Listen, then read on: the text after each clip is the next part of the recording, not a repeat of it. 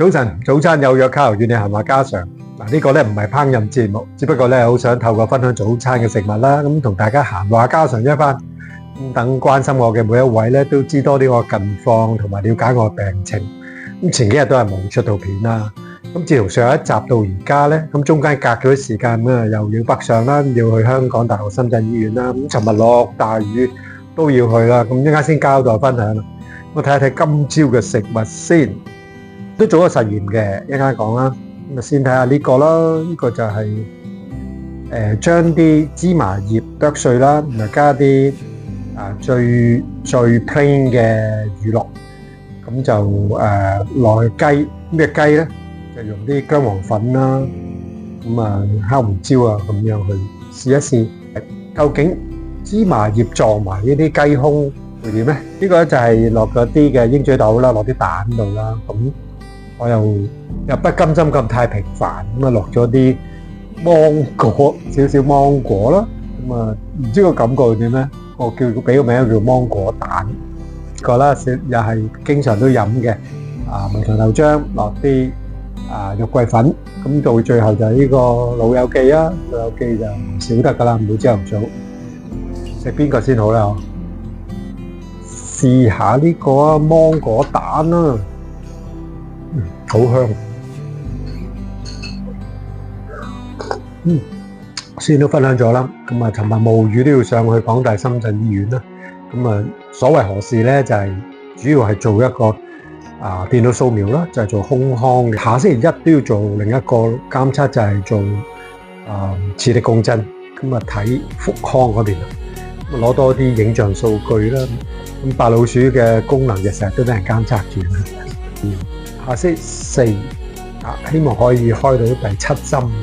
都其實好論最近要打咗1支星白針㗎，因為我嗰個白血球兄弟又唔聽話啦，係咁插水嗰啲數。今晚又要自己打多針。大致係咁咯。咁啊講咗咁多呢啲咁嘅有料嘅電腦掃描，又係咩磁力共振等等等等。咁啊暫且放低。咁啊都係好開心嘅，喺度借個機會多謝每一位俾我鼓勵祝福嘅。特別我上一集講到經過4年啦，咁我呢個高齡學生喺香港醫學院終於考試合格畢業，多謝大家俾我好大嘅支持嚇。咁我好同大家分享翻咧，即係講緊感恩啦嚇。其實5月26日中午咧，我同一位天使或者我哋屋企人嘅天使嚟應該。一齊食晏晝喎，咁我真係要多謝佢啦。咁成個故事係咁嘅。咁佢咧喺4年前咧，當我睇醫生去確診咗，嗰時係5月啦，真係5月，而家又係5月。5月我好記得咧，醫生就睇到我嘅情況，你係確診咗係直腸癌4期。咁嗰陣時要面對嘅就梗係呢邊，當然有啲人可以俾到意見啦。但係有一位天使好好，就係呢位啦，就係我哋5月26號一齊食飯呢個天使。咁佢因為過來人咧，佢係當然另一種癌啦，但係佢係一個癌病康復者啦。咁佢就都俾我好大支持。咁但係最重要係咩咧？就係佢介紹咗另一位天使俾我哋喎。咁而呢位我先講嘅天使咧，佢介紹咗之後咧，佢就嚟咗香港啦，離開咗香港4年後，咁我哋重聚啦，星期一嗰日。咁佢介紹俾我嗰位天使咧，其實就係幫咗我哋好大嘅忙。咁可能我哋第一次見面咧，嗰時5月啦，咁我要面對就係究竟手術啦、化療啦、電療啦，得。咁佢係過來人，佢係又係腸癌啦、直腸癌啦，但係佢好不幸嚟嗰陣時一驗到咧，已經係4期。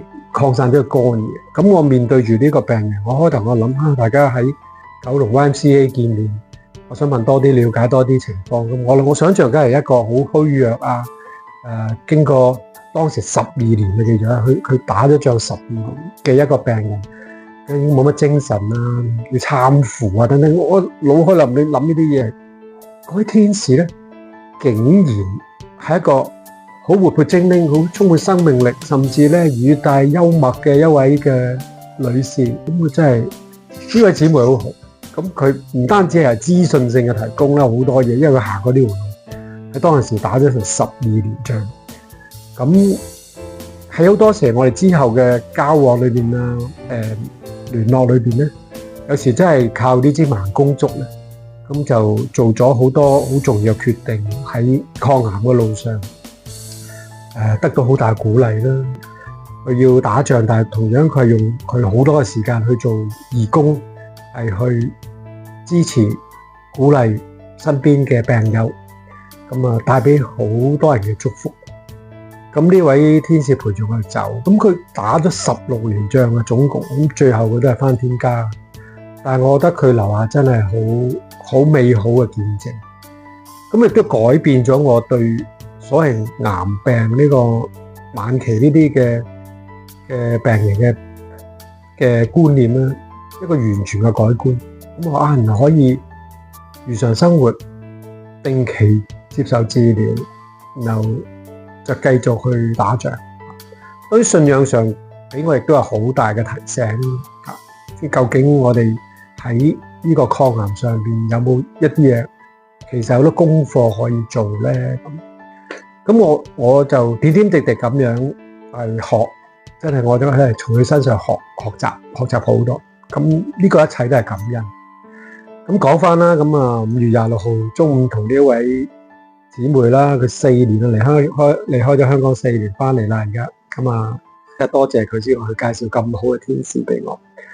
咁佢知我畢業噶嘛，跟住點啊？咁我唔想諗得太多，反而就係用翻最早同大家分享過。如果你有印象就，人哋就話見步行步啊嘛，我哋基督徒會講係行步見步啊。咁啊唔需要太多籌謀計算，但我總覺得仲有好多功課要做。呢個係我主觀地都覺得啦。或者喺劇場，或者喺另一啲嘅場景，但總相信一切總有預備，恩典係夠用嘅。好啊，傾住咁多先。